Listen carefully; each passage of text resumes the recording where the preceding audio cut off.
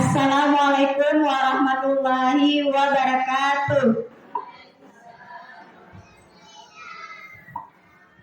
Rabbi zidni ilman warzuqni fahman. Rabbi shrah li sadri wa yassir li amri wahlul 'uqdatam min lisani yafqahu qawli.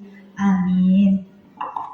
Puji syukur kehadirat Allah Subhanahu wa taala yang telah memberikan kita kesehatan dan juga kesempatan sehingga kita bisa berhadir di acara PKG Teratai Putih Ingin Jaya dalam rangka rapat rutin bulanan, dan juga hari ini kita sesi berbagi dan diskusi bersama saya Wirna Eliska mengenai membangun budaya positif di sekolah. Salawat beserta salam kita sanjung sajikan kepada Nabi Muhammad Sallallahu Alaihi Wasallam. Beliau merupakan maha guru, suri tauladan bagi kita semua, dan juga merupakan Rasul akhir zaman.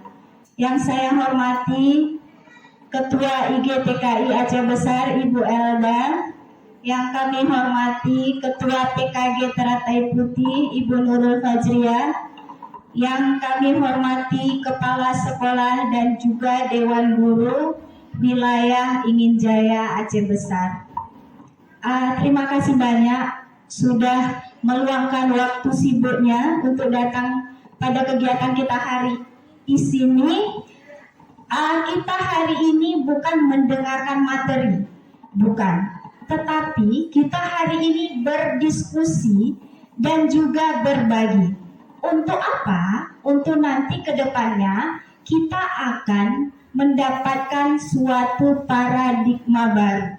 Apa itu paradigma baru? Yaitu suatu pemikiran baru di mana nanti insya Allah menjadikan sekolah kita menjadi sekolah yang lebih baik dengan mutu yang lebih baik.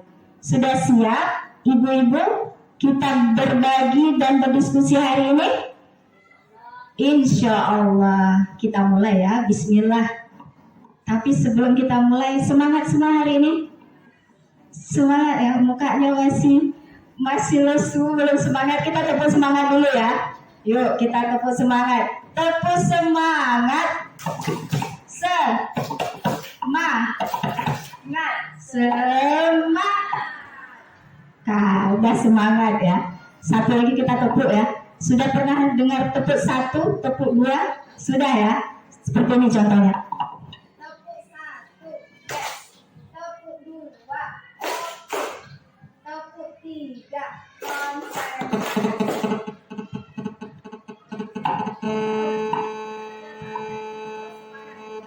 Kita ulang. Tepuk satu, tepuk dua, tepuk tiga, semangat. Tepuk empat, konsentrasi. Tepuk lima, ayo diskusi. Bisa ya? Oke, kita ulang sekali lagi. Tepuk satu, yes. Tepuk dua, oke. Tepuk tiga, semangat. Tepuk empat, konsentrasi. Tepuk lima, ayo diskusi. Oke, sudah semangat. Oke, dilihat dari temanya membangun budaya positif. Di sini lingkupnya membangun budaya positif di sekolah. Apa itu budaya positif? Mari kita lihat sama-sama. Sebelumnya, saya akan memberitahu agenda kita hari ini, yaitu pembukaan, sudah tadi, pemahaman inti, eksplorasi konsep, dan refleksi. Ini nanti akan kita bahas satu persatu. Baik, sebelum kita mulai, kita ada pertanyaan pemantik. Di sini ibu-ibu atau bunda-bunda bisa menjawab setuju dan tidak setuju. Tidak ada jawaban yang salah, semuanya benar. Tinggal kita jawab setuju atau tidak setuju. Yang pertama, hukuman dapat mendisiplinkan anak. Gimana? Assalamualaikum warahmatullahi wabarakatuh. Kalau menurut saya hukuman dapat mendisiplinkan anak kurang setuju. Kenapa? Karena kalau didisiplin anak, makin kita keraskan anak, makin dia membangkang ataupun bandel. Tapi dengan cara misalnya kita memberi reward, itu pasti anak akan akan patuh ataupun akan menghargai apa yang kita apa yang kita bicarakan. Kalau punishment berupa hukuman, pasti anak akan membangkang dan tidak akan mendengar apa yang kita bicarakan. Terima kasih. Assalamualaikum warahmatullahi wabarakatuh. Waalaikumsalam warahmatullahi wabarakatuh. Tepuk tangan kepada Ibu Ita Karina dari TK Kemala Hayati Lubuk. Iya, Ibu Ita tidak setuju bahwa hukuman dapat mendisiplinkan anak. Yang digaris bawahi tadi, kalau hukuman itu bisa jadi anak bisa lebih nakal, tidak sesuai dengan apa yang kita harapkan. Baik, ada yang setuju? Ada yang setuju? Tidak ada ya. Oke, selanjutnya nomor 2, pemberian hukuman dengan hal positif seperti membaca atau membersihkan halaman sekolah dapat meningkatkan disiplin anak. Setuju atau tidak setuju? Gimana Ibu? Ini Bu bendahara kita. Assalamualaikum warahmatullahi wabarakatuh. Waalaikumsalam warahmatullahi wabarakatuh. Menurut saya setuju Bu. Tadi hukuman dapat mendisiplinkan anak juga saya setuju. Tapi dengan syarat hukuman seperti apa yang akan kita berikan kepada anak-anak. Kalau anak-anak tidak diberi sanksi apa-apa, anak-anak melunjak Bu. Dia apa maunya sendiri. Jadi tidak ada patokan atau batasan apa-apa. Apa suka dia kan nggak tahu apa-apa Bu. Mana yang positif, mana yang negatif, mana yang baik, mana yang buruk kan. Jadi hukuman itu bukan berarti semuanya yang negatif. Ada hukuman yang positif seperti tadi membaca, membersihkan halaman, atau apalagi yang bersifat positif gitu Bu. Jadi menurut saya setuju. Ada pemikiran yang berbeda ya. Kalau Ibu setuju bahwa pemberian hukuman itu dapat mendisiplinkan anak ya. Oke, tidak apa-apa, kita lanjut. Kita namanya manusia pasti pemikirannya berbeda-beda ya kan. Nanti tinggal kita lihat ke depannya apa yang akan kita mau gali. Selanjutnya nomor 3, memberi penghargaan dapat meningkatkan motivasi belajar anak. Penghargaan seperti kita kasih bintang. Apakah itu meningkatkan motivasi belajar anak? Siapa yang mau jawab? Setuju atau tidak setuju?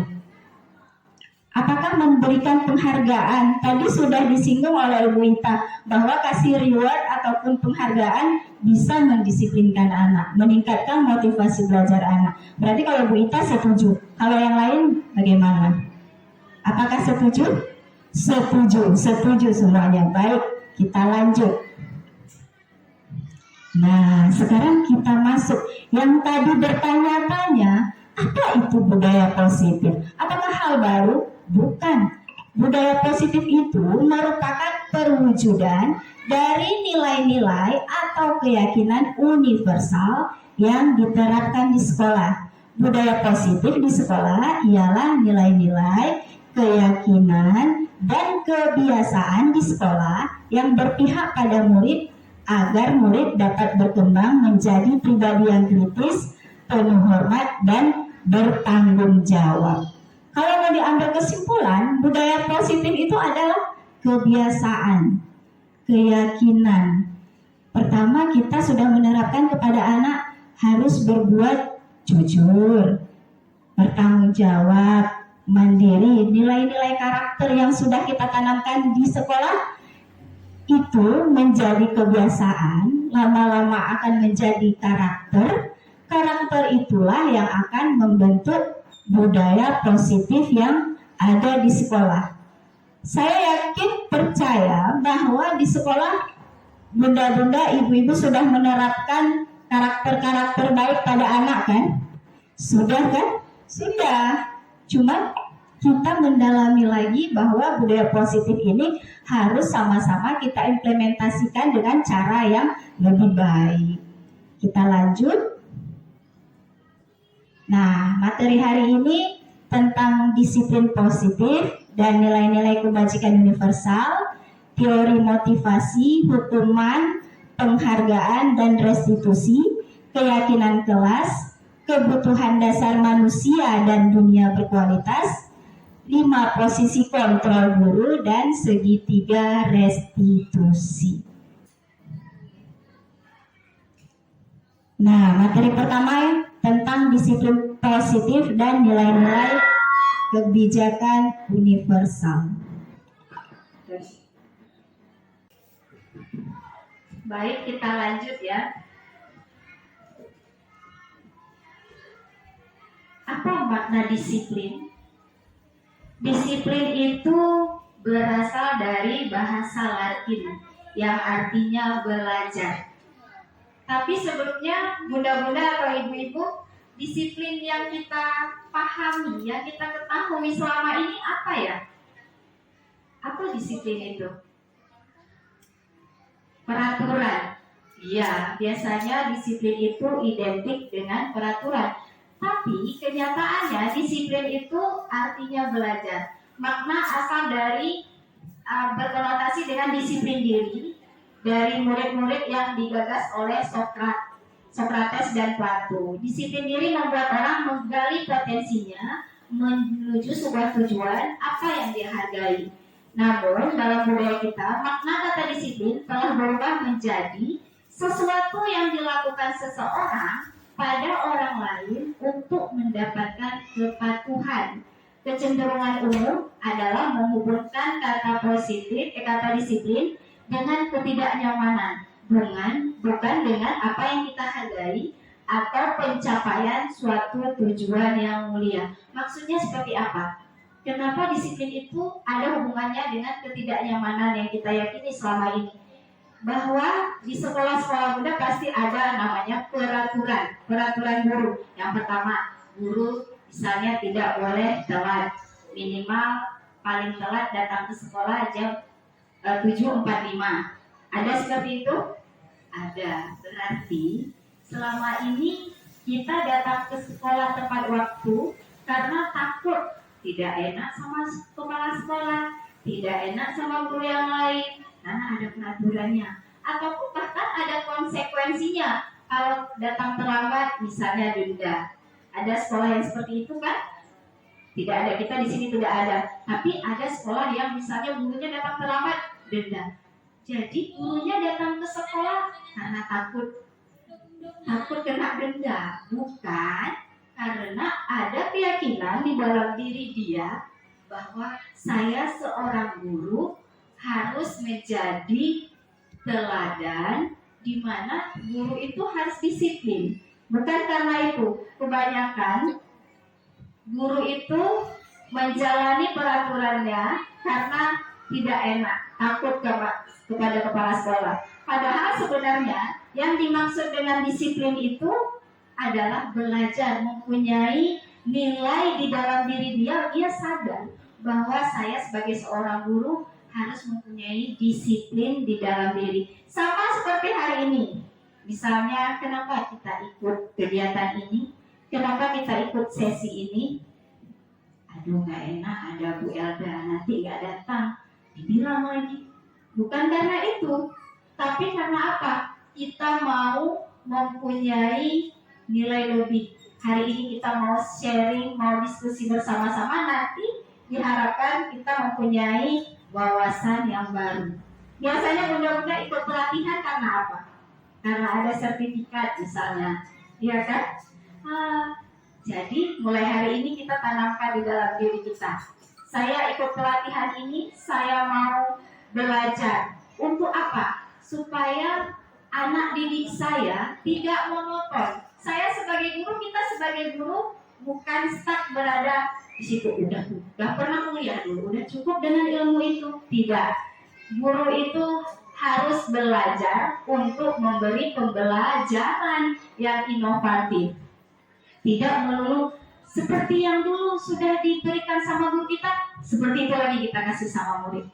Tidak, kita punya inovasi dan akan terus berkembang. Insya Allah bunda-bunda yang ada di sini akan terus mau belajar agar murid kita juga terus berkembang. Kita lanjut.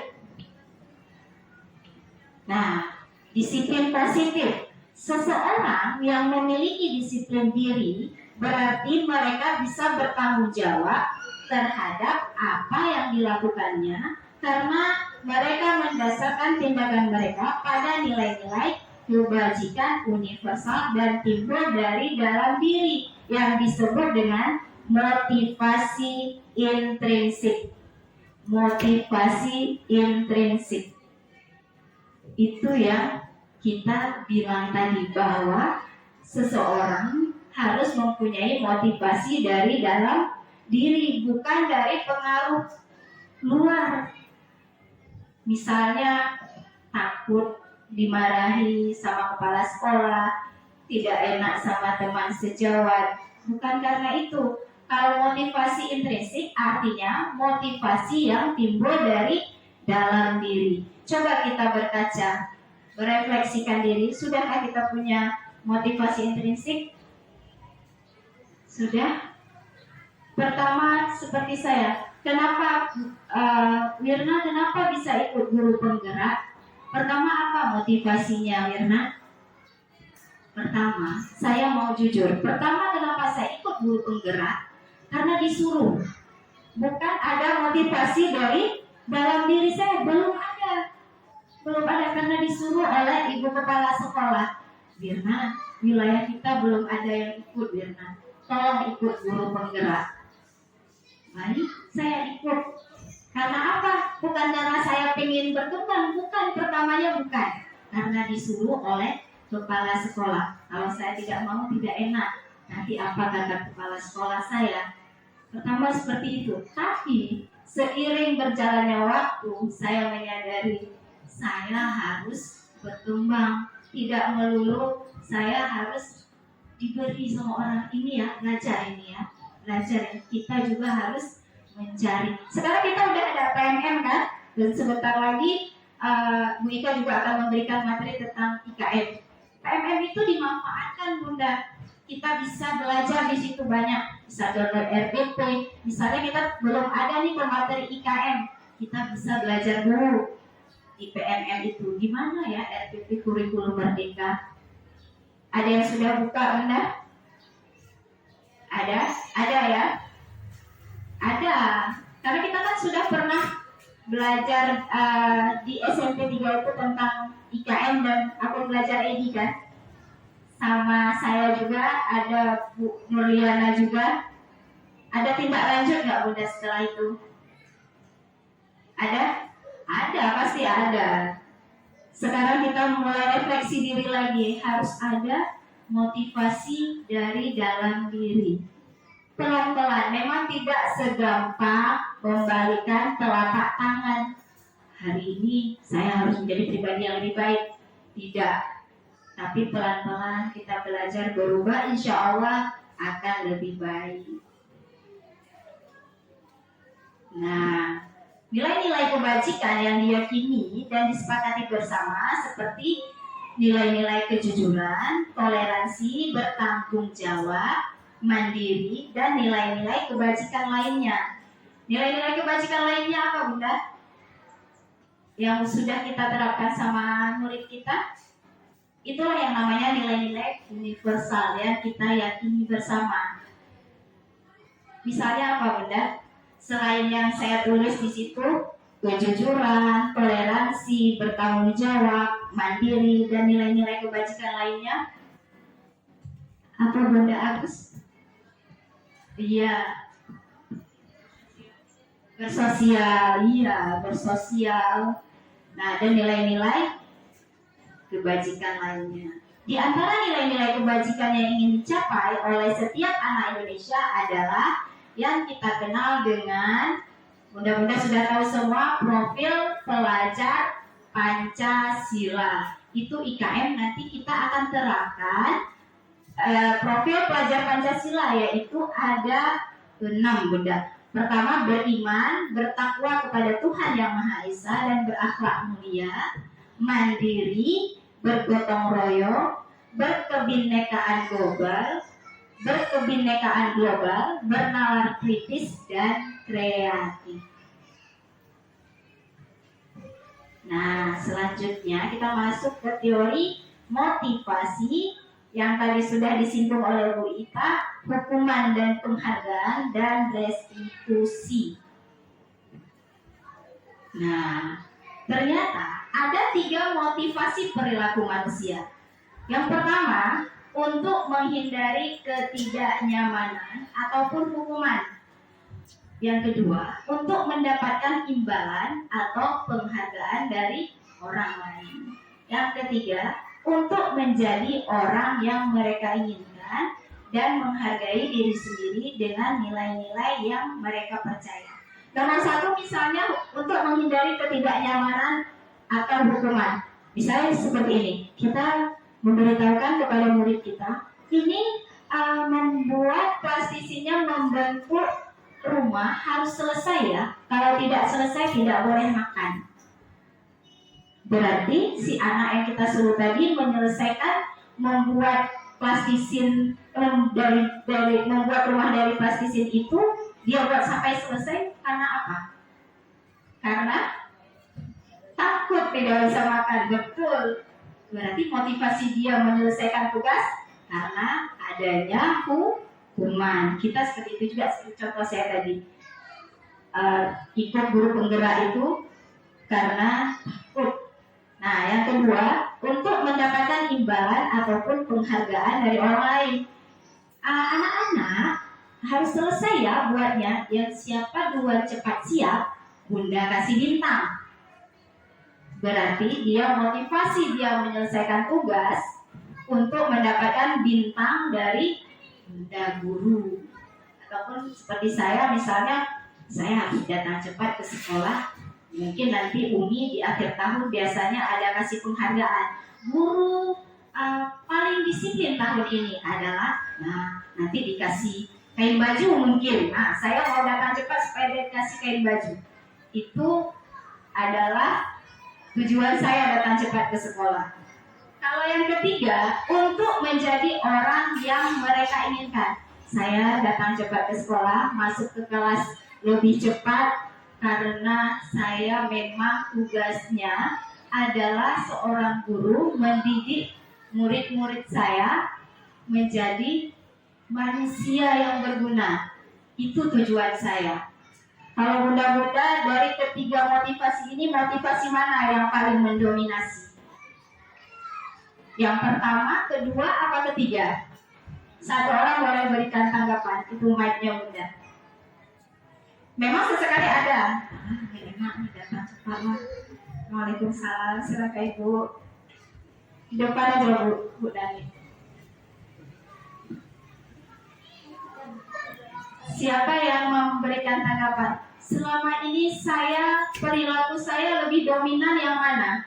Apa nomor 1, nomor 2, atau nomor 3?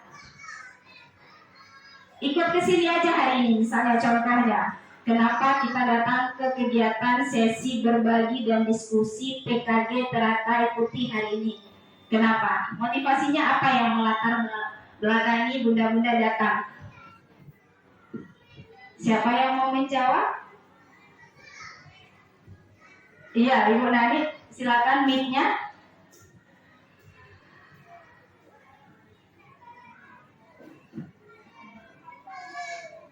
Assalamualaikum.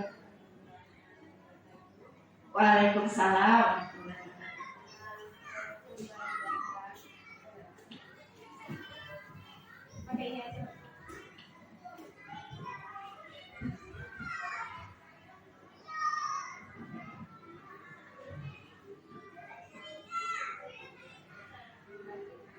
Assalamualaikum warahmatullahi wabarakatuh. Yang pertama mohon maaf dulu dan terlambat hadir ya, karena ramai tamu di sekolah, termasuk Bu Yanti di DKI Indonesia. Kalau saya, motivasi saya perilaku manusia itu sebagai teori motivasi hari ini, bagi saya, Ibu Wirna dan Ibu Ibu Kepala Desa Bu Nurul sangat memotivasi guru-guru teratai putih, terutama dalam bidang perkembangan guru, masalah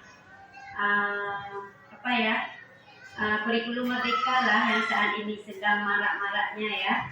Kemudian motivasi kami datang ke sini ingin menimba ilmu dari ibu-ibu yang sudah sukses di sini, yang apalagi seperti Bu Nurul sudah jadi ya, dan juga penghargaan kami untuk guru-guru yang sudah terpilih dan sudah lulus sebagai pematri guru-guru TK Aceh Besar. Juga Bu Elda, Bu Eka itu tidak kurangnya ya.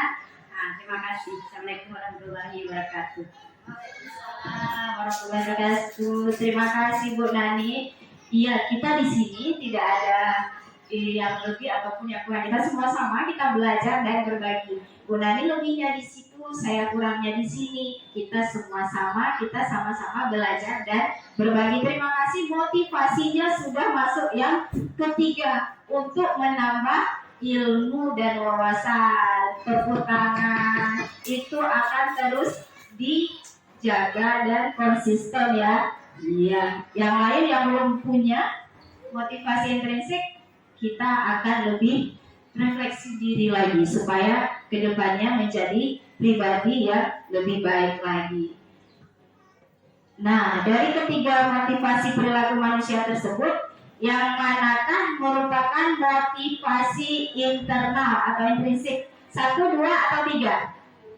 Yang mana? Yang 3, ya. Nah, hukuman dan penghargaan. Bahwa penghargaan itu ternyata berlakunya sama dengan hukuman. Hah, apa itu? Kenapa penghargaan itu sama dengan hukuman? Dalam sama, kenapa ya? Karena penghargaan itu adalah bentuk lain dari hukuman, di mana seseorang itu mengontrol orang lain. Misalnya, seperti contohnya, Bunda mau kasih bintang sama anak yang cepat siap. Besok-besoknya dia akan terus melakukan hal tersebut karena ada imbalan. Kalau tidak ada imbalan, dia tidak mau. Bunda, hari ini ada kasih bintang? Tidak. Kalau tidak ada kasih bintang, nggak mau buat. Itu dia, kita mengontrol anak berbuat sesuatu berdasarkan imbalannya. Dia berpengaruh dalam jangka pendek dan jangka panjang. Penghargaan mengurangi ketepatan, penghargaan menjadi tidak efektif, penghargaan merusak hubungan, penghargaan menurunkan kualitas, penghargaan mematikan kreativitas, penghargaan mengurangi motivasi intrinsik. Itu yang paling penting. Gak ada lagi kesadaran dalam diri bahwa itu tanggung jawab dia menyelesaikan tugas, tapi karena ada penghargaan. Kalau tidak ada penghargaan, tidak mau buat. Selama ini kita sering tidak kasih penghargaan sama murid-murid kita. Kalau di TK, menurut bunda-bunda, apakah penghargaan itu harus kita hapuskan? Atau tetap harus ada supaya motivasinya ada sama anak-anak murid kita? Bagaimana bunda, menurut bunda? Apa tidak boleh lagi kasih bintang? Supaya anak-anak ada kesadaran sendiri. Kalau anak TK bagaimana? Menurut bunda, kalau anak SMA mungkin bisa. Harus ada kesadaran diri. Kalian melakukan tugas ini kewajiban sebagai murid, bukan karena bunda kasih bintang. Kalau anak TK menurut bunda seperti apa? Apakah bintang itu kita hilangkan? Tidak. Siapa yang mau beri tanggapan? Siapa yang beri tanggapan? Iya, Ibu Ketua IGTKI. Assalamualaikum warahmatullahi wabarakatuh. Waalaikumsalam. Ibu yang kami muliakan, mohon maaf tidak menggurui. Kita sama-sama sharing hari ini ya. Mungkin ada salah sedikit, saya mohon maaf. Ini masukan ataupun nanti kalau memang betul, alhamdulillah. Kalau memang salah kita tidak diterapkan. Iya kan, tidak ada salah di antara kita. Baik, Bu Irna, terima kasih. Mungkin hukuman kepada anak yang mengenai kita memberikan bintang kepada anak, apakah boleh atau tidak? Ya itu. Nah, kita melihat dulu bagaimana anak tersebut. Apakah dia memang perlu kita berikan bintang ataukah tidak? Itu menurut saya ya. Karena kadang-kadang seperti Bu Irna katakan tadi, ada anak yang selalu didorong oleh dia keinginan hanya karena bintang tadi, bukan karena keinginan diri dia sendiri. Nah itu nanti akan berkelanjutan sampai dia dewasa. Kalau kita terapkan sejak dini itu ya, mungkin. Nah ada juga anak yang tidak, mungkin dia tidak mengharapkan bintang, tapi dia hanya menginginkan pujian. Kan ada pujian juga ya.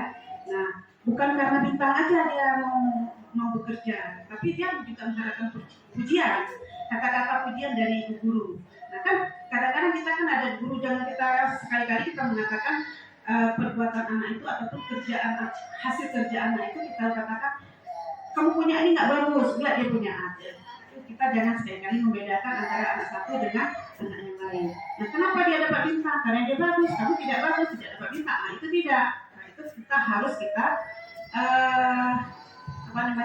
harus pilah-pilah. Yang mana anaknya memang harus dapat bintang, yang mana anaknya harus memang kita memberikan motivasi ataupun penghargaan itu dengan kata-kata. Alhamdulillah hari ini anak tersebut bla bla bla sebagainya. Mungkin guru yang lain lebih paham. Ya, mungkin menurut saya begitu. Mungkin ada tambahan lagi teman-teman, silakan. Terima kasih banyak Ibu Elda. Tanggapannya, pemikirannya betul sekali. Anak TK itu harus kita lihat dulu karakternya.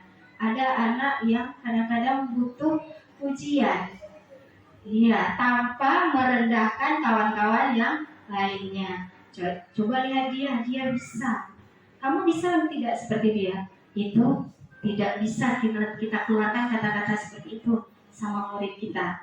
Karena kita harus memposisikan diri murid kita itu diperlakukan dengan sama. Ya, ada tanggapan lain? Ada? Ya, Bu Nani silakan.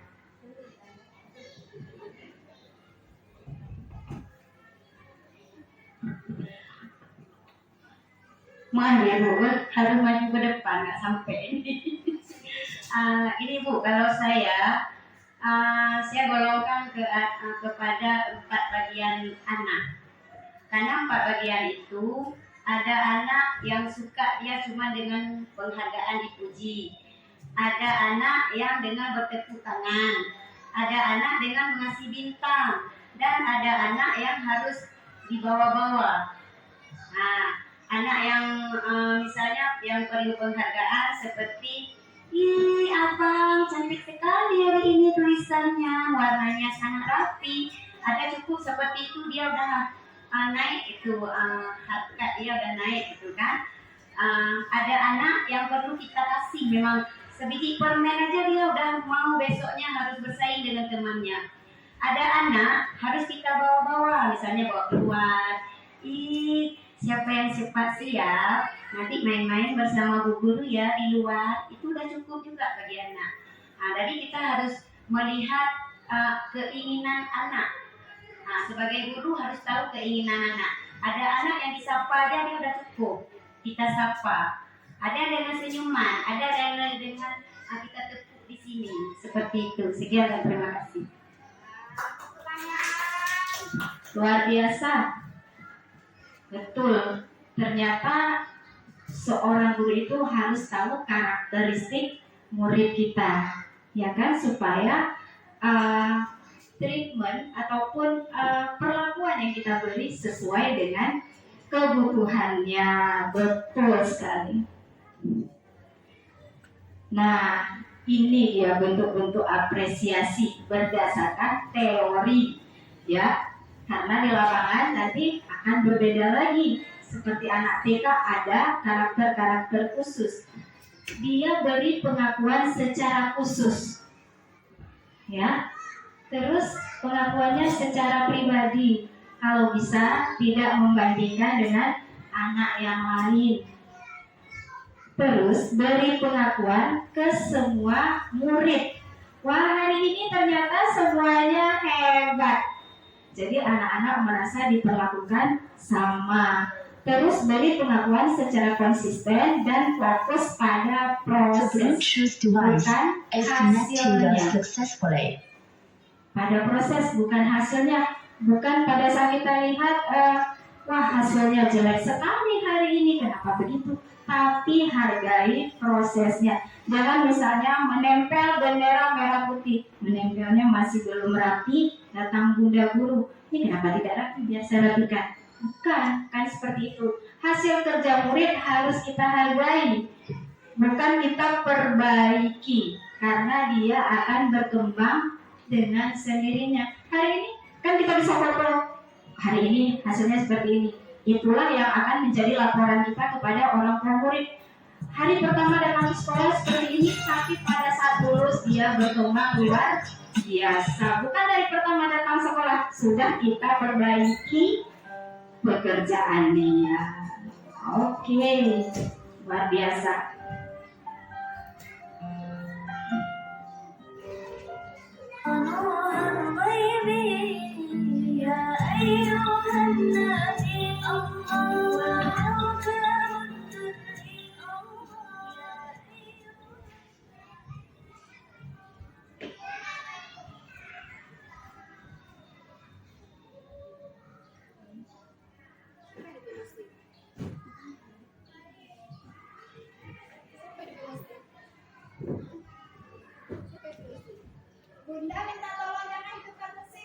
The Bluetooth device is ready to pair.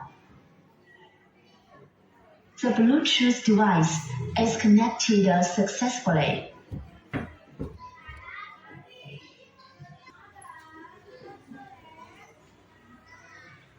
Nah, ini ada tindakan guru, itu termasuk hukuman atau konsekuensi. Kami baca ya, mencatat 100 kali di dalam buku. Kalimatnya, saya tidak akan terlambat lagi karena terlambat ke sekolah. Itu hukuman atau konsekuensi. Catat ya, kamu hari ini telat, catat di buku 100 kali, saya tidak telat lagi. Itu hukuman atau konsekuensi? Konsekuensi. Ada hukuman juga ya? Oke, boleh. Lari mengelilingi lapangan basket 2 kali karena terlambat hadir di sekolah. Hukuman atau konsekuensi? Hukuman. Oke. Murid diminta untuk push up 15 kali karena tidak menggunakan masker ke sekolah. Hukuman.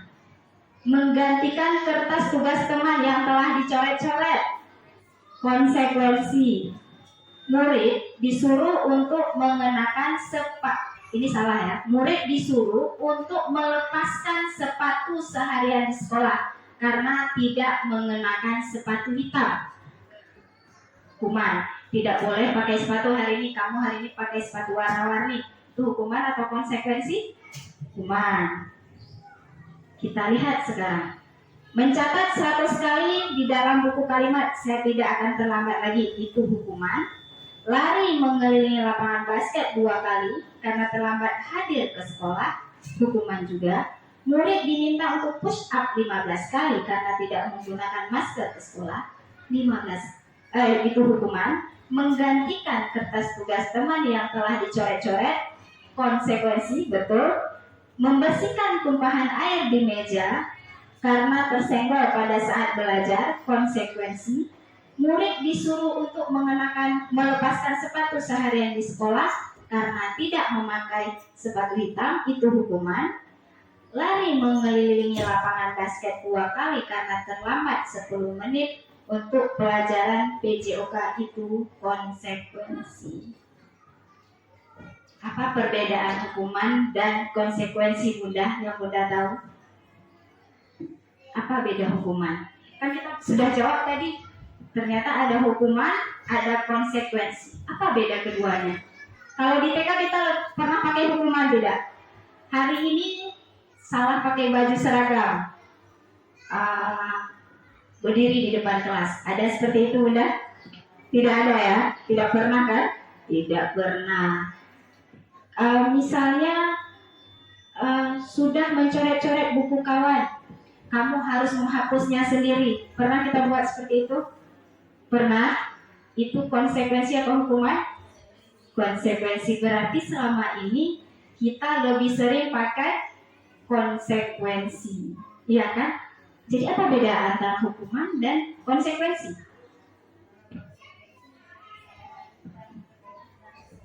Kalau konsekuensi ya,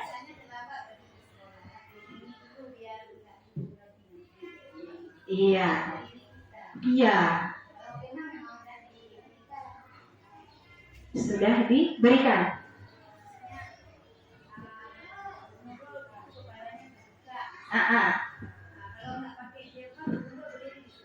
Itu hukuman. Kalau konsekuensi dari diri sendiri. Bu Nurul berdiri langsung di situ. Oke. Yang lain ada tanggapan? Kalau Bu Nani seperti itu. Kalau Ibu Dewi Sartika?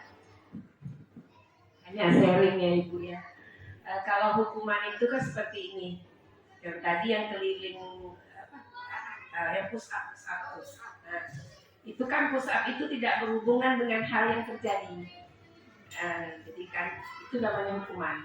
Tapi kalau konsekuensi kita melakukan sesuatu karena itu tidak kita lakukan, kan ada akibat dari yang kita tidak lakukan, itu konsekuensi. Misalnya mencoret-coret buku teman, kita mencoret, berarti itu kan memang kita sengaja, bukan tidak sengaja. Seharusnya kan buku itu bersih, kita hapus, itu konsekuensi. Kita bakal hukuman kan kayaknya itu sudah tertulis, istilahnya hukuman. Ya, hukuman itu sudah tertulis, istilahnya seperti SOP, ya kan, sudah tertulis. Jadi kan kalau hukuman itu kan ada SOP-nya. Apabila terlambat ini dia. Tapi kalau konsekuensi itu hal-hal yang tiba-tiba terjadi. Nah. Baik, Bunda Wina, kalau menurut saya, kalau hukuman itu sesuatu yang menyakiti, baik itu secara fisik, secara mental dia, maupun melalui perkataan. Jadi kalau bentuk hukuman itu tidak baik untuk anak.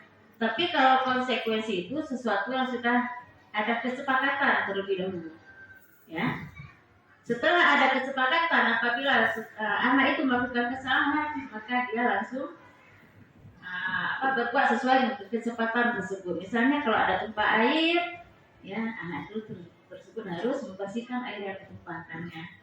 Jadi kalau konsekuensi itu sesuatu yang sudah disepakati bersama, itu dilaksanakan. Kalau hukuman itu sesuatu yang menyakitkan perasaan anak dan tidak boleh dilaksanakan oleh guru, karena itu menyakiti perasaan anak. Ya, baik itu melalui fisik, melalui tindakan kita, melalui perkataan kita. Begitu Bunda Wina. Terima kasih luar biasa ibu-ibu, bunda-bunda yang hadir hari ini memberikan tanggapan yang luar biasa berdasarkan persepsi masing-masing. Sekarang kita lihat, hukuman itu adalah sesuatu yang menyakitkan harus terjadi. Kalau konsekuensi sesuatu yang harus terjadi, hukuman membuat anak sakit fisik maupun sakit hati untuk jangka waktu yang lama, membuat anak merasa tidak nyaman dalam waktu jangka pendek. Kalau konsekuensi, kalau hukuman anak benci kedisiplinan. Kalau konsekuensi anak menghargai disiplin. Kalau hukuman paksaan, mendorong anak menyakiti diri sendiri, konsep diri yang buruk, anak belajar untuk menyembunyikan kesalahan, dia marah, merasa bersalah, dipermalukan, merasa tidak dihargai. Itu hukuman. Kalau konsekuensi, anak menghargai disiplin, stimulus tanggapan, mendorong anak agar mudah menyesuaikan diri, konsep diri yang baik, anak belajar untuk mematuhi peraturan, kehilangan hak dibuat tidak nyaman, diasingkan untuk sementara waktu. Nah, contohnya seperti ini. Kalau yang hukuman dia merasa kadang-kadang malu sudah dihukum. Jadinya dia sakit hati. Kenapa ada kasus-kasus pernah kita lihat di TV, murid membacok gurunya, pernah nauzubillah, ya kan? Itu akibat dia merasa sakit hati, mungkin dipermalukan. Kadang-kadang kita lebih sakit dipermalukan daripada dicubit, ya kan? Iya, misalnya di dalam forum ramai, itu kamu salah ya. Orang lain lihat semua. Kita sebenarnya itu kata-kata padahal, tapi itu lebih cenderung menyakiti kita, apalagi orang dewasa. Anak-anak juga seperti itu. Kita langsung memberitahu di depan teman-temannya, hari ini kamu salah, yang kamu buat salah semua, dasar kamu. Itu kata-katanya. Dia dipendam. Anak-anak kecil itu biasanya pendam, tidak ekspresif. Tapi lama-lama dia akan merasa tidak dihargai, merasa bersalah, malu, merasa tidak dihargai, dan dia kadang-kadang bisa menyembunyikan kesalahan. Imbas dari itu apa? Dia menjadi tidak jujur. Itu yang kita takutkan. Dari sejak dini karakter dia nanti akan bertumbuh menjadi orang dewasa yang profesinya apa saja, misalnya dokter, polisi, guru, menjadi orang-orang profesional yang tidak jujur. Nauzubillah. Makanya sejak TK inilah, di guru penggerak, TK inilah yang dibilang jenjang paling fondasi, di mana murid dibentuk karakternya sejak TK. Makanya guru-guru TK itu sebenarnya harus lebih menanamkan karakter daripada jenjang-jenjang selanjutnya. Tugas ibu-ibu, bunda-bunda di sinilah membentuk generasi Indonesia yang berakhlak mulia dengan profesi apapun. Iya, kita lanjut. Nah, itu sekarang kita masuk ke teori restitusi. Apa itu? Sudah pernah dengar? Apa itu restitusi?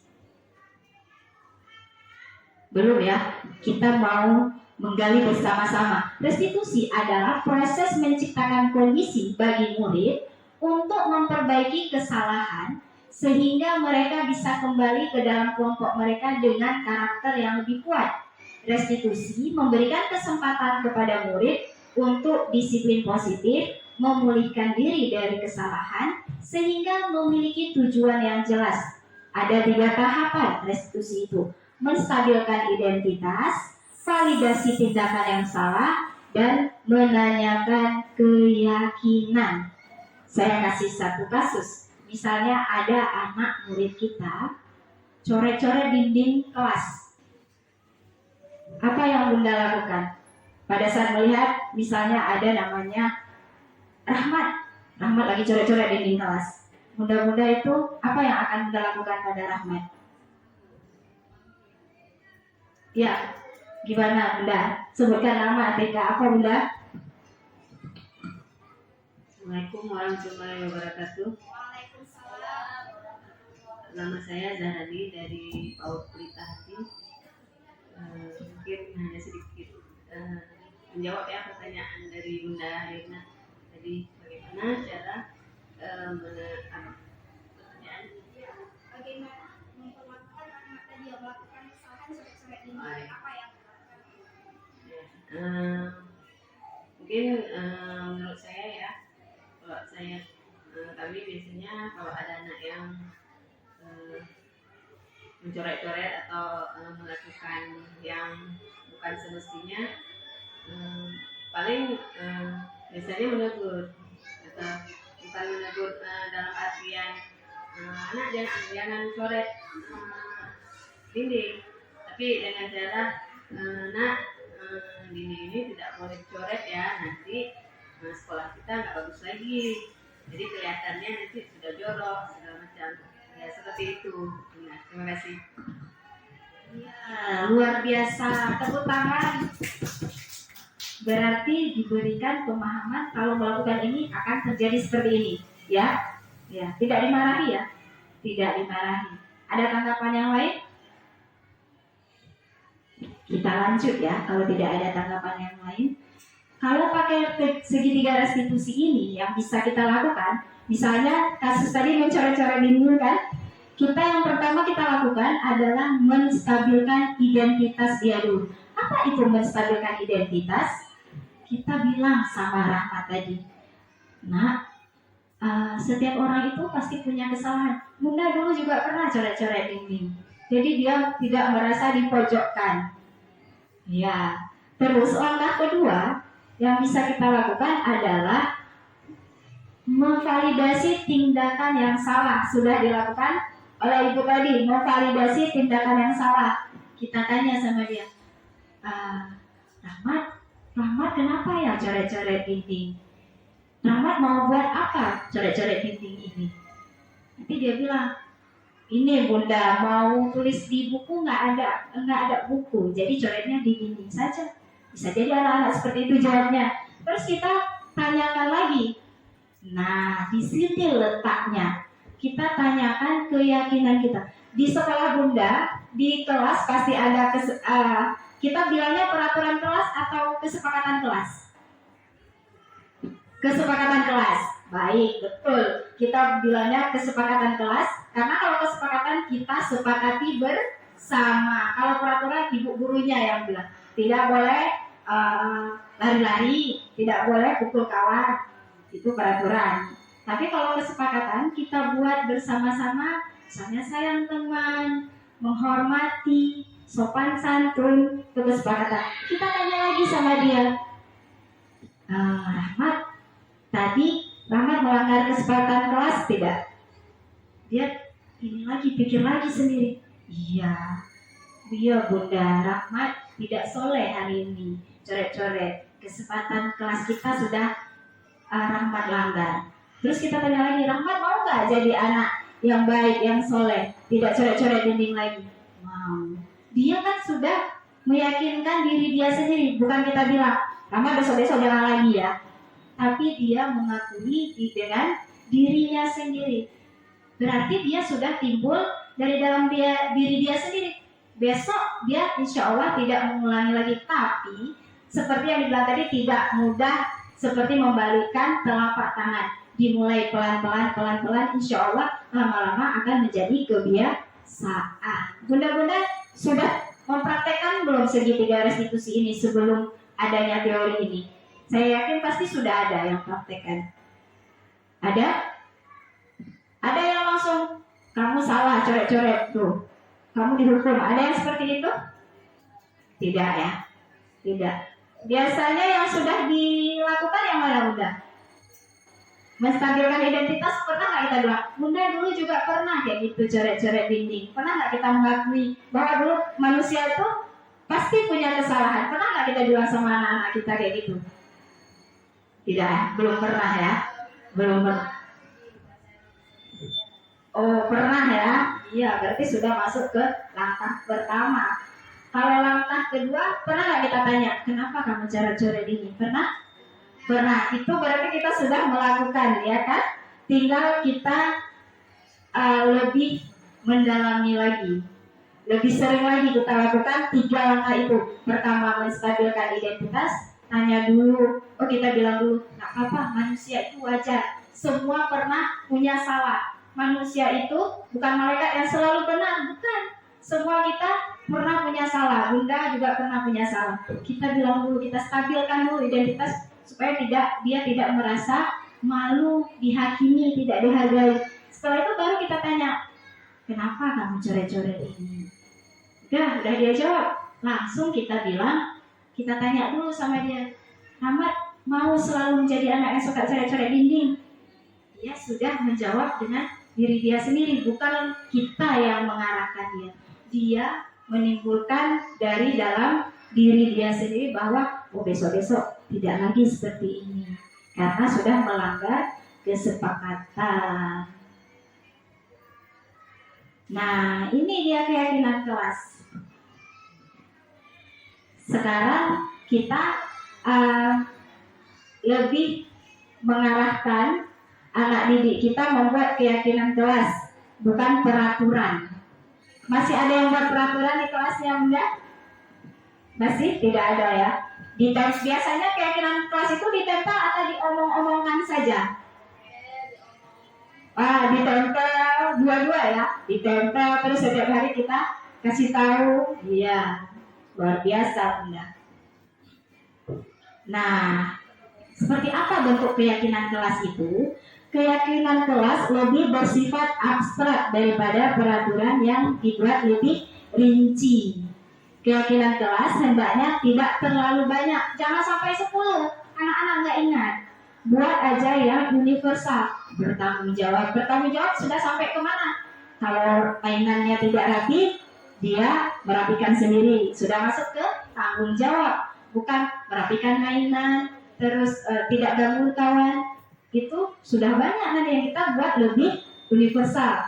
Sayang teman, bertanggung jawab, disiplin. Disiplin kalau antri itu masuk mana? Disiplin kan? Nah, kita buat seperti itu. Kita buat 4 atau 5 saja. Jangan banyak-banyak supaya anak-anak lebih mudah mengingatnya. Semua warga kelas hendaknya berkontribusi dalam membuat keyakinan kelas lewat kegiatan curah pendapat. Anak-anak bisa kasih pendapat, Bunda? Bisa. Kita buat misalnya, kita print gambar-gambar. Gambar anak buang sampah, gambar sayang teman, gambar mengantri. Nanti kita suruh pilih sama mereka yang mana mereka mau. Ya kan? Bukan disuruh tulis sama murid-murid. Mereka tempel gambar-gambarnya. Mana yang menurut mereka itu akan menjadi kesepakatan kelas. Jadi mereka merasa berkontribusi ini dibuat sama-sama, dipatuhi bersama-sama, dan dijalankan bersama-sama tanpa adanya paksaan. Keyakinan kelas itu dibuat dari tahun berapa, Bunda? Baru dibuat atau sudah lama? Dari tahun 2015 sampai sekarang keyakinan kelasnya sama. Kalau kelas Bunda gimana? Tergantung kesepakatan. Iya. Jadi dibuat kesepakatan kelas itu, Bunda. Setiap tahun kan kita berubah anaknya, Bunda. Iya kan? Kita libatkan lagi mereka. Jangan punya tahun lalu kita pakai lagi untuk tahun sekarang. Berarti mereka belum dilibatkan. Kita ganti setiap tahun berdasarkan kesepakatan bersama murid-murid. Ada yang belum buat kesepakatan kelas, Bunda? Atau udah pakai punya tahun kemarin? Ada, saya kemarin kayak gitu juga, masih pakai punya tahun-tahun yang lalu. Saya menganggap peraturan itu kan sama, setiap anak sama. Jadi yang punya tahun lalu pakai aja punya tahun ini, nggak usah capek-capek buat lagi. Ternyata setelah saya tahu ini, kesepakatan kelas itu harus dibuat bersama-sama. Supaya apa? Supaya murid itu merasa dia juga ikut membuat dan nanti dia juga harus mematuhi bersama-sama juga. Jangan kita yang buat, anak-anak tinggal ikut aja.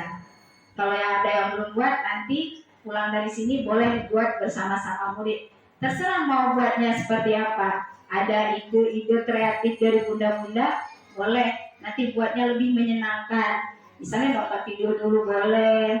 Atau tempel gambar-gambar dulu juga boleh. Nah, itu dia. Kalau yang ini yang mana kesepakatan kelas, yang merupakan keyakinan kelas Bunda? Yang datang tepat waktu, mengucapkan salam, menjaga kebersihan, atau yang sebelah sini? Kami guru dan murid yang saling menyayangi. Kami murid yang semangat belajar. Kami yang peduli dengan teman-teman. Yang mana yang lebih bagus kita terapkan? Yang kami guru dan murid yang saling menyayangi ya. Ya, lebih pendek dan lebih universal. Nah, kita udah hampir selesai. Pertama kita buat supaya menjadi ada budaya positifnya, ada bulan kelas, terus menjadi keyakinan kelas. Setelah ada keyakinan kelas akan cipta lingkungan positif dan akan membentuk budaya yang positif.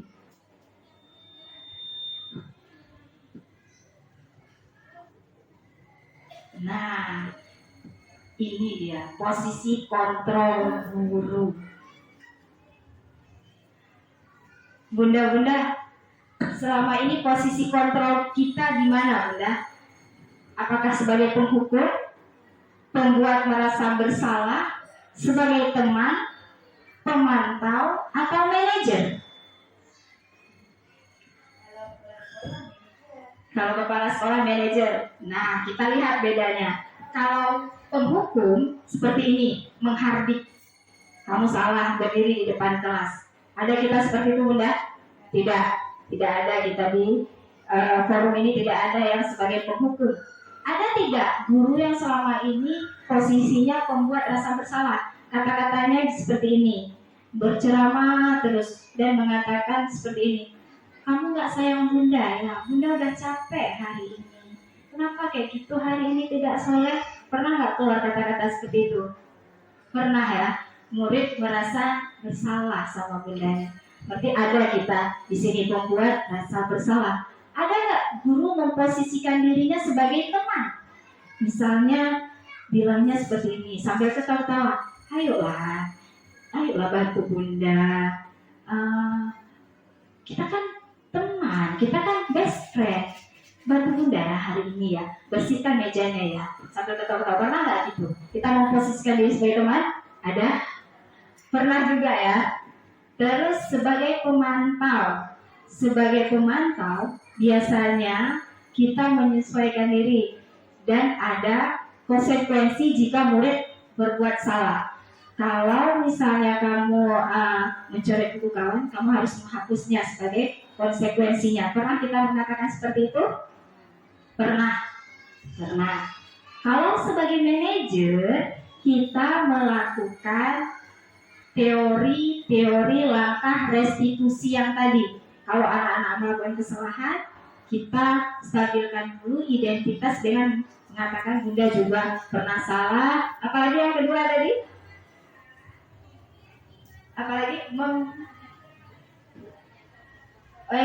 memvalidasi tindakan yang salah. Dan yang ketiga, menanyakan keyakinan. Itu manajer. Guru sebagai manajer bukan kepala sekolah, Bunda, tapi dia sudah mempraktekkan restitusi yang sebelumnya sudah kita bahas. Sudah melakukan langkah-langkah. Kalau ada anak yang salah, bilang dulu.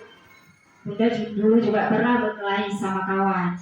Jadi manusia itu wajar buat salah. Terus kita bilang lagi, alasan kamu pukul dia kenapa? Kita dengar alasannya. Yang ketiga, kita bilang, kamu sudah melanggar keyakinan kelas nggak? Mau nggak kamu terus menjadi anak-anak yang suka berantem? Kita mengimplementasikan segitiga restitusi. Itulah yang dikatakan guru sebagai manajer. Nah itu dia. Jadi sekarang coba kita refleksi lagi. Kita selama ini sudah banyak di mana? Penghukum, pembuat rasa bersalah, sebagai teman, pemantau, apa manajer? Pemantau ya. Bu Intan pemantau. Saya juga pemantau. Sekali-sekali ada juga manajer. Tapi sekarang bagaimana caranya? Kita semua berusaha menerapkan restitusi dan posisi kontrol manajer sebagai seorang guru dengan implementasi segitiga restitusi tadi. Yang pertama, apa tadi segitiga restitusi? Kita ulang. Yang pertama,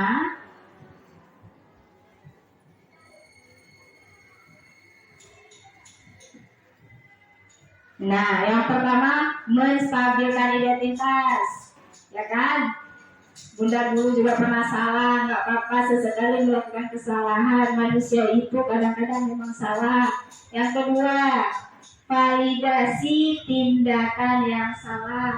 Kita tanya kenapa dia melakukan itu. Yang ketiga, menanyakan keyakinan dia. Mau nggak jadi anak yang soleh? Mau tidak kita ikut kesepakatan kelas? Tuh, insya Allah kita bisa ya, bunda-bunda ya. Mulai dari sekarang. Pertama-tama memang sulit, Bunda. Lama-lama akan terbiasa. Tidak ada lagi yang namanya hukuman. Konsekuensi boleh sesekali. Apalagi anak TK kan, kadang-kadang harus ada konsekuensinya. Nah, coba kita nih, telaah lagi. Saya kecewa sekali dengan kamu.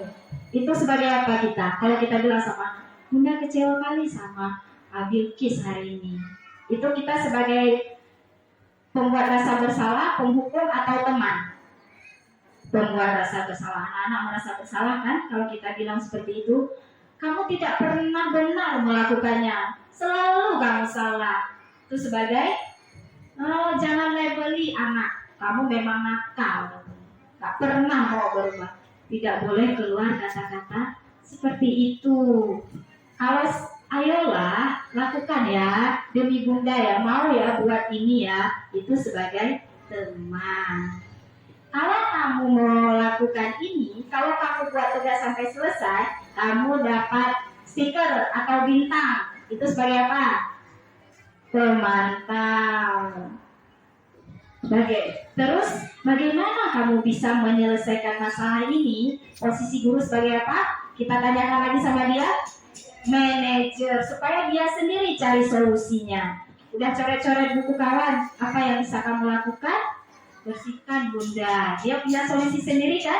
Kita sudah berlaku sebagai manajer. Kamu selalu telat, selalu paling terakhir kumpulnya. Itu sebagai penghukum. Nah, kita sudah mendengar semua. Coba kita refleksi lagi. Selama ini saya gurunya seperti apa ya? Apa saya ini penghukum rupanya selama ini saya ya? Ada kayak gitu Bunda. Terus saya sedih, selama ini saya kok jadi penghukum bagi murid-murid. Makanya murid-murid pas datang sekolah nangis gak mau sekolah. Ada seperti itu Bunda? Ada yang ketawa. Ada ya kadang-kadang ya. Tapi mulai hari ini kita tekadkan dalam diri kita bahwa saya akan menjadi guru yang lebih baik, yang disenangi murid-murid, yang murid-murid akan berubah menjadi karakter yang lebih positif. Ini saya tanya, posisi saya sebagai guru selama ini berada di posisi mana? Siapa mau jawab? Satu orang. Paling banyak. Kadang-kadang ada pemantau Bunda, kadang-kadang sebagai teman Bunda, kadang-kadang manajer sesekali, kadang-kadang penghukum. Ada juga kadang-kadang. Tapi lebih banyak yang mana Bunda? Siapa mau kasih tanggapan? Satu orang saja. Satu orang saja. Siapa mau? Semuanya ada. Tapi paling dominan yang mana? Siapa mau kasih tanggapan? Yang mana Bu Nani? Pemantau. Iya. Kebanyakan dari kita masih sebagai pemantau. Sekarang tekadkan akan menjadi guru dalam posisi manajer, di mana guru menuntun murid, tidak dipaksakan. Sudah selesai Bunda, sudah selesai sesi kita hari ini. Tapi ada 4 pertanyaan refleksi sebelum kita selesai.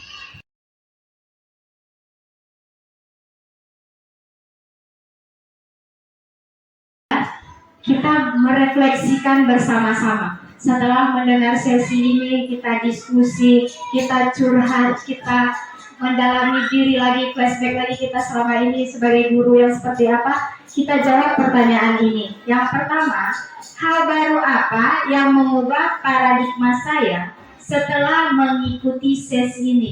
Paradigma itu pemikiran. Pemikiran yang sebelumnya seperti apa? Setelah ikut sesi ini, pemikiran kita menjadi seperti apa? Siapa yang mau jawab? Tadi pas pagi-pagi baru bangun, saya masih mikirnya guru itu harusnya harus jadi pemantau, kasih hukuman, kasih bintang supaya murid-murid menjadi termotivasi dan disiplin. Tapi setelah ikut ini, saya menjadi seperti ini. Siapa mau kasih komentar, Bunda? Bu Nani, Silakan Bu Nani.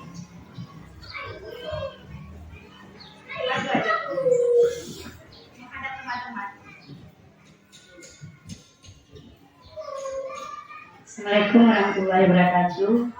Nama saya Nur Ismaili, bertugas di TK Jaswanya Awalan Baru. Di sini refleksi saya sebagai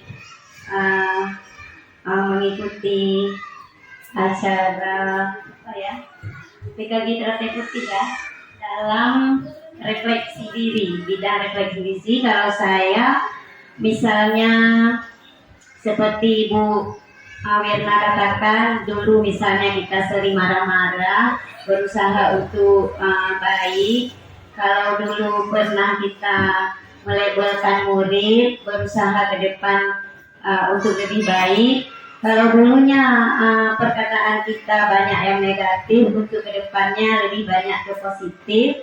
Dan ingin sekali seperti yang Ibu Wirna arahkan pada hari ini untuk ke lebih baik ke depannya. Tidak mungkin kita setelah mendengar masih budaya lama ya, untuk berubah ke budaya positif. Mana yang masih kurang, insya Allah akan bersama-sama kita nanti memperbaikinya. Di mana kekurangan di kelas, di sekolah, semua ADM, insya Allah dengan adanya pelatihan hari ini akan berusaha ke depannya lebih baik. Mungkin dulu-dulunya tidak tertempel di dinding, banyak peraturan-peraturan lama, ke depan akan membuat peraturan-peraturan yang baru, yang harmonis lagi di dalam sekolah. Assalamualaikum warahmatullahi wabarakatuh. Waalaikumsalam. Terima kasih banyak Bu Nani, keyakinan dan kesepakatan bersama kembali ya. Iya, nomor 2, perasaan apa yang muncul pada saat mengikuti sesi ini? Terutama pada saat pembahasan mengenai motivasi intrinsik dan makna disiplin. Tadi tentang motivasi dalam diri. Ada buat sesuatu ikut pelatihan karena ini, belum ada motivasi intrinsik dari dalam kita. Apa perasaannya Bunda? Apa perasaannya? Tentang pembahasan motivasi intrinsik tadi. Belum ada, misalnya saya ikut pelatihan karena mau dapat sertifikat. Bagaimana perasaan tadi waktu pembahasan mengenai itu? Senang, termotivasi, atau sedih? Bagaimana perasaannya? Ya, apakah sudah ada motivasi intrinsik dari dalam diri? Bunda-bunda? Sudah ya? Iya, baik. Nomor 3, peran apa yang sudah saya lakukan sebagai guru sebelum mengikuti sesi ini? Posisi kontrol sebelum mengikuti sesi ini, peran apa yang sudah dilakukan Bunda? Sebagai pemantau. Sudah dijawab tadi oleh Ibu Nani. Yang keempat, saya akan menjadi guru yang seperti apa setelah mengikuti sesi budaya positif ini? Siapa menjawab ini harus jawab satu orang. Kedepannya saya ingin menjadi guru yang seperti apa? Jangan Bu Nani lagi, yang lain ada? Bu Agus, silakan. Bismillahirrahmanirrahim. Assalamualaikum warahmatullahi wabarakatuh. Saya akan menjadi guru yang seperti apa setelah mengikuti sesi manajer ini. Insya Allah mengantarkan diri naik tangga sedikit demi sedikit untuk mencapai tahap manajemen. Assalamualaikum warahmatullahi wabarakatuh. Waalaikumsalam warahmatullahi wabarakatuh. Bu Agus sudah bertekad naik tangga nggak mungkin dari pertama langsung loncat tiba-tiba ke atas ya kan? Sedikit demi sedikit akan memposisikan diri guru sebagai manajer yang melaksanakan tahapan segitiga restitusi. Terima kasih bunda-bunda, ibu-ibu, guru dan kepala sekolah. Terima kasih banyak yang tak terhingga sudah datang pada sesi berbagi dan diskusi hari ini. Semoga apa yang kita bahas dan kita diskusikan pada hari ini memberikan pembelajaran supaya kita menjadi guru yang lebih baik untuk menciptakan sekolah dengan budaya positif. Insya Allah bersama-sama berkolaborasi bersama kita bisa. Terima kasih banyak. Kalau ada kesalahan saya mohon maaf. Wabillahi taufiq wal hidayah. Wassalamualaikum warahmatullahi wabarakatuh. Kasih banyak. Luar biasa ya materi dari. Assalamualaikum warahmatullahi wabarakatuh. Saya Eldara Wita SPD, Ketua IGTKI Kabupaten Aceh Besar, siap mendukung guru-guru di wilayah Kabupaten Aceh Besar dalam mengembangkan potensinya di program guru penggerak. Seperti hari ini, guru-guru di wilayah, khususnya Gugus Ingin Jaya, mereka mendapat ilmu baru tentang mewujudkan budaya positif dalam sesi berdiskusi. Marilah sama-sama kita mengembangkan budaya positif di sekolah masing-masing dan teruslah berkolaborasi untuk mewujudkan pendidikan ke arah yang lebih baik lagi. Demikian dari saya. Assalamualaikum warahmatullahi wabarakatuh. Assalamualaikum warahmatullahi wabarakatuh. Saya Nur Fajira SPD, Ketua PKG Teratai Putih Kecamatan Injaya Kabupaten Aceh Besar. Dalam hal ini saya sangat mendukung program pendidikan guru penggerak demi meningkatkan kualitas pembelajaran menuju ke arah yang lebih baik. Seperti hari ini, salah satu CGP Angkatan 7 Wina Eliska melakukan pengimbasan mengenai budaya positif yang bertujuan agar terwujudnya nilai-nilai positif dan profil pelajar Pancasila di sekolah. Semoga program-program menggerakkan komunitas akan terus dilaksanakan. Salam guru penggerak, tergerak, bergerak, dan menggerakkan. Terima kasih.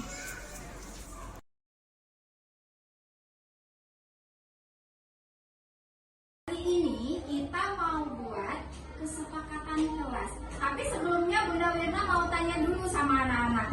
Kalau misalnya kita makan, anak-anak makan di kelas waktu jam makan, terus ada sampah plastik, sampahnya dibuang di bawah meja atau ke tempat sampah? Ke tempat sampah. Kalau ada temannya di samping, kita lagi belajar sama-sama. Boleh tidak kita oke temannya, pukul temannya, boleh tidak ya? Tidak. Sayang sama teman tidak? Azril sayang sama temannya tidak? Sayang. Abang Zifran, kalau kita simpan sepatu di rak sepatu, terus kita boleh berebutan atau harus antri? Antri. Oke, bisa merapikan mainannya sendiri. Di kelas kita siapa yang bisa merapikan mainannya sendiri? Oke, ini gambar yang pertama. Terus ini gambar apa? Iya, membuang sampah di tempat sampah. Abang Zifran silakan duduk ya. Terus ini. Iya, kalau salah berani meminta maaf. Betul.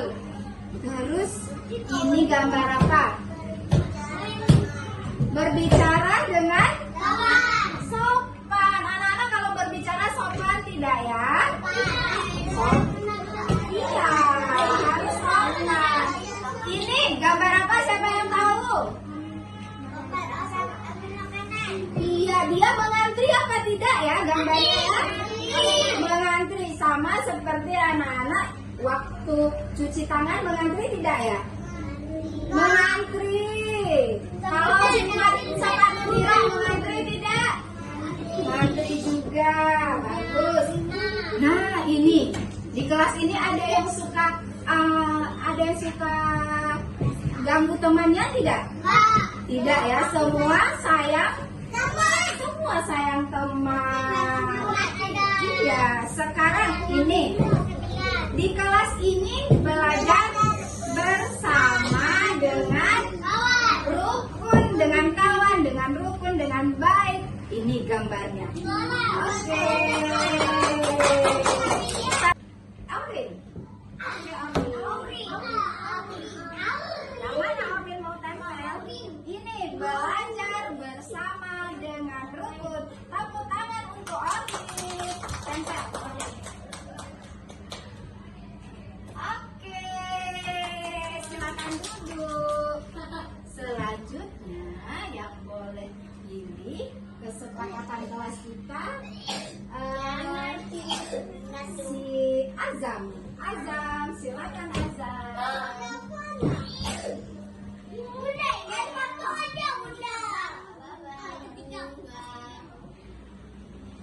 Yang mana? Oke, Azam memilih yang ini, mengantri. Silakan tempel Azam. Mau nempel Azam. Iya, silakan Azam. Oke, tepuk tangan untuk Azam. Oke, selanjutnya Rafa, silakan Rafa. Boleh pilih. Iya, Rafa memilih bisa bertanggung jawab merapikan mainan sendiri. Silakan tempel Rafa. Tempel ya Kak Rafa. Jangan Kak Rafa kan? Iya, tepuk tangan. Silakan duduk Rafa.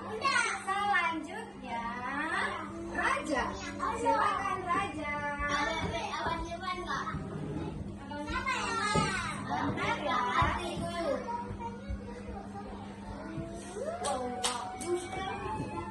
Iya, Raja memilih yang ini. Coba perlihatkan sama teman-temannya. Apa ini? Saya temannya. Oke, silakan tempel Raja di atas ya. Oke.